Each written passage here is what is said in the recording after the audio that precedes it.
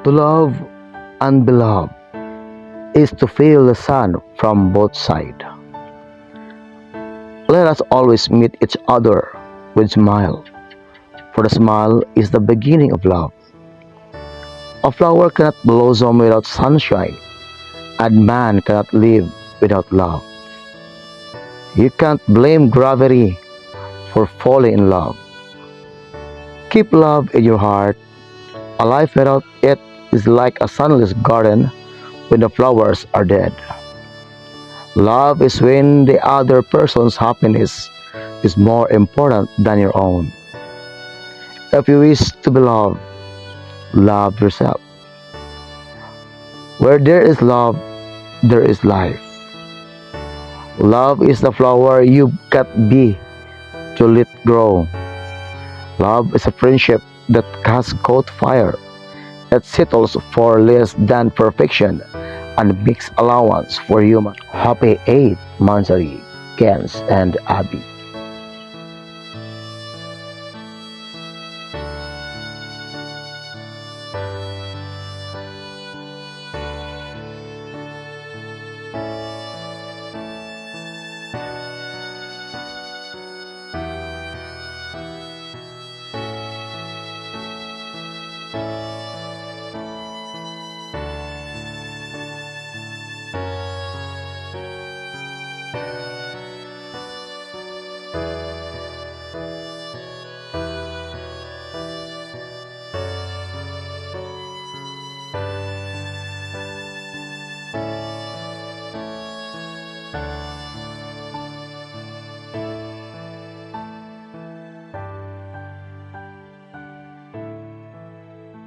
Ayan, good morning, good evening, good afternoon sa lahat.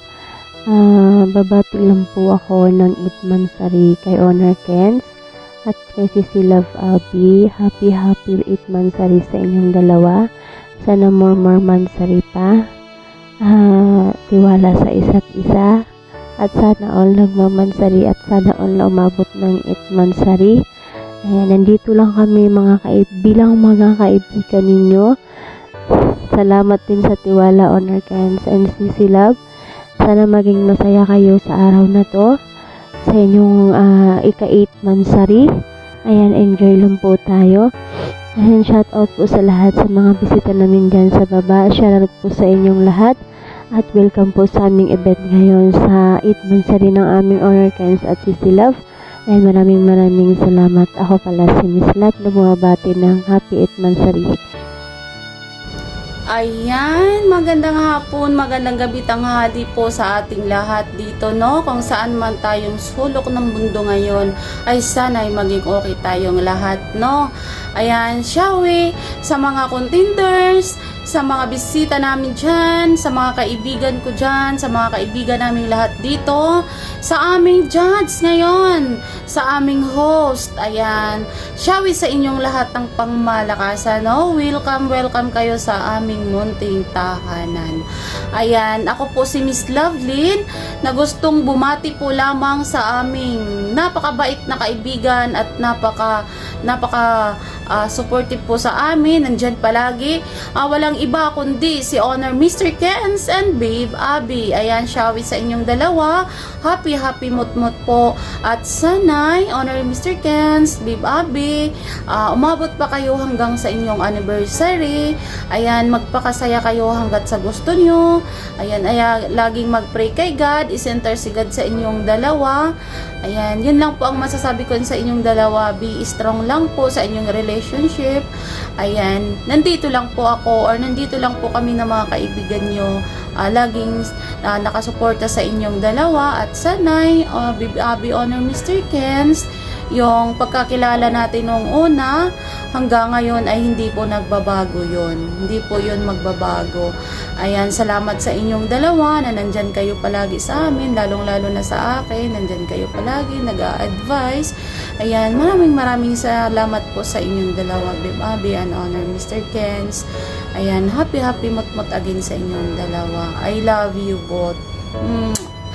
Ayan, thank you so much po. Hanggang dito na lang po. Bye-bye!